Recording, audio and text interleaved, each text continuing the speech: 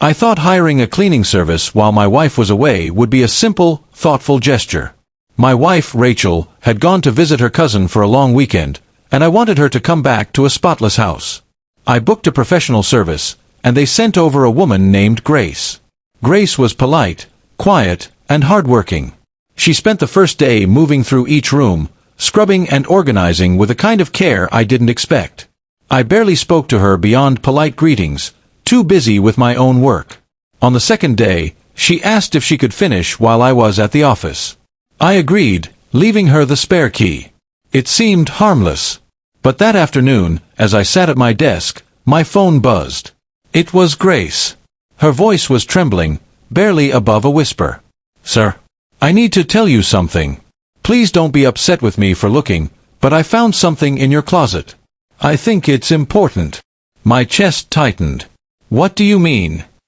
She hesitated, then said, "There's a shoebox, hidden behind some storage bins. It has letters and photographs. They're not from you." The words hit me like ice water. "What kind of letters?" I asked, my throat dry. "From another man," she whispered. "They go back months. I'm sorry, but I thought you should know." I left the office immediately, my hands shaking as I drove home. Grace was waiting, pale and uneasy, holding the box. She set it down on the dining table, her eyes filled with sympathy. Inside, I found envelopes, each filled with handwritten notes from someone named Daniel. Notes about secret dinners, trips, promises that weren't meant for me. Some even mentioned Rachel by name. Alongside them were printed photographs. Rachel smiling in restaurants, holding hands with him, standing close in places I had never been with her. The world seemed to tilt. My stomach churned as I realized what I was holding. Months of betrayal, hidden neatly in my own house. Grace spoke gently. "I didn't want to intrude, but you deserve honesty." I couldn't just pretend I didn't see it. I nodded, unable to form words, and thanked her quietly. After she left, I sat there for hours, staring at the shoebox, the weight of betrayal pressing down on me. When Rachel returned 2 days later, expecting to find a perfectly clean home and a smiling husband, she instead found me sitting at the table with the box in front of me.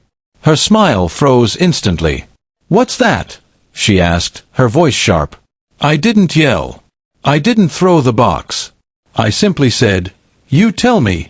Her eyes darted to the shoebox, and the blood drained from her face. She tried to speak, but no excuse came out. "I read them," I said quietly. "The letters. The photos. How long did you think you could keep this up?" Her lips trembled. "It wasn't what you think." I cut her off, my tone calm but final. "Don't lie, Rachel. You made your choice the moment you wrote back. You kept him in your life, and you hid it here, under my roof. Do you understand what that means?" Tears filled her eyes as she tried to reach for me, but I stepped back. "I'm not going to scream. I'm not going to fight.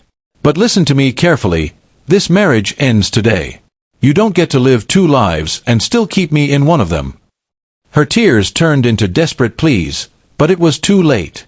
I packed a small bag and walked out that night, leaving behind the clean house I had meant as a gift, now poisoned by the truth Grace had uncovered.